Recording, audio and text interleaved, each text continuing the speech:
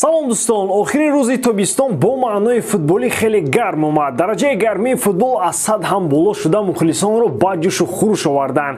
Чун анъана аз Англия оғоз мекунем. Холланд танҳо дар Бундеслига чунин миқдор гол зада метавонад. Холланд дар Премер-лигаи Англия гум мешавад мегуфтам ва аммо ҳамлагари норвегӣ бошад ҳамаи сарҳадҳоро убур карда истодааст. Ӯ ҳамқадами Агуеро буд ва дар 4 бозӣ 6 гол зад. Ҳамакнун Холланд дар 5 бозии дебютӣ дар Англия 9 гол дорад. Ин рекорд дар Англия 133 сол мустаҳкам буд. Холланд ба Англия омада рекордшиканиро аз асри санг оғоз кард. Ҳамлагари норвегӣ футболи Англияро бо чунин ҷараёни кор ба Лигаи деҳқонон табдил медиҳад. Имрӯз мо дар бораи ин рӯйдоди муҳим ва дигар хабарҳои муҳим гап мезанем. Аслан дар миёнаи ҳафта мо одат кардаем ки бозиҳои Лигаи Чемпионҳо ва Лигаи Аврупоро тамошо кунем. Аммо ҳоли ҳозир бошад дар топ 5 чемпионатҳои Аврупо бозиҳо гузашта истоданд ки имшаб низ топ рақобатҳо моро интизор аст.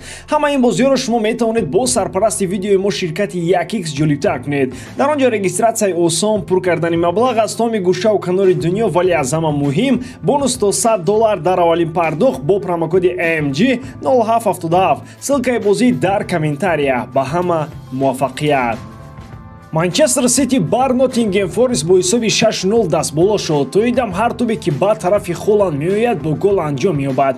Арсенал ғалабаҳои худро қатор карда истодааст. Ин навбат рақиби лондониҳо Астон Виллаи Джерард меистод. Габриэлҳои Арсенал, Жезус ва Мартинелли пирӯзии лондониҳоро таъмин карданд. Канониҳо мавсими ҷориро хеле хуб оғоз намуданд. Бархе аз соҳибназарон бовар доранд ки имсол Артета ва бачаҳояш метавонанд дар Англия таҳввулоти ҷиддӣ ворид кунанд. Айни ҳол пас аз 5 бозӣ Арсенал натиҷаҳои 100% дошта дар садри ҷадвал қарор дорад. Ливерпул бо Ньюкасл бозии ҷолиб доштанд. Александр Исак голи якуми худро дар Англия ба сама расонд, вале он ба Ньюкасл кӯмак накард. Мерсайдиҳо бо шарофати голҳои Фирминио ва Карвалио зафар ёфтанд. Тоттенхем дар ин давр бозии мушкил дошт ва онро бо Вестхэм мусовӣ 1-1 ба анҷом расонд. Дар Италия Ювентус ғолибияти навбатиашро соҳиб шуд. Туриньо бо натиҷаи 2-0 бар Специя дастболо шуданд. Влахович голи навбатии худро ба ҳадаф расонда, як голи дигарро Аркадиуш Мелик ба номаш муҳр зад. Бале, Мелик ба Италия баргашта дар Юве бозӣ дорад. Наполи бошад ҳамаро ҳайратзада кард. Шояд натиҷаи аз ҳама ғайриинтизори бозиҳои шаби гузашта маҳз дар бозии неаполитаниҳо рух дод. Онҳо бо Лече кӯчак бозӣ карда натавонистанд дар майдони худ соҳиби 3 хол шаванд. бозии дастҳо бо ҳисоби мусовии 1-1 ба анҷом расид. Аз Германия ба бозии дастаи Бавария таваҷҷӯҳ мекунем. Мюнхениҳо дар доираи бозиҳои ҷоми Олмон бар муқобили Виктория бозӣ карда ғолиб шуданд. Бозӣ бо ҳисоби 5-0 ба анҷом расид ва яке аз голҳоро Садио Мане ба ҳадаф расонд.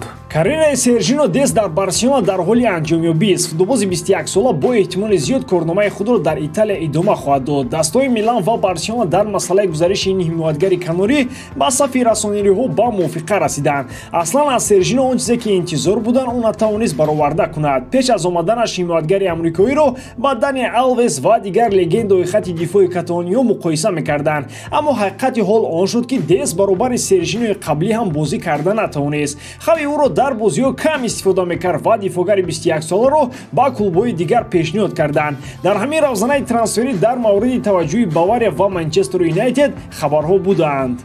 طبق معلومات این دستا با کاتالونی ها پولی کم پیشنهاد کردند. میلان باشد دست را با طور اجاره با مهلت 1 سال گرفت. در قرارداد ارنده چنین آمده است که میلان بعد از 1 سال حق دارد که دفاعگر آمریکایی را با ارزش 20 میلیون یورو بخرد. اگر میلان این امکانیت را استفاده برد پس دست تا سال 2027 فوتبالبازی رسانی‌ها میشود.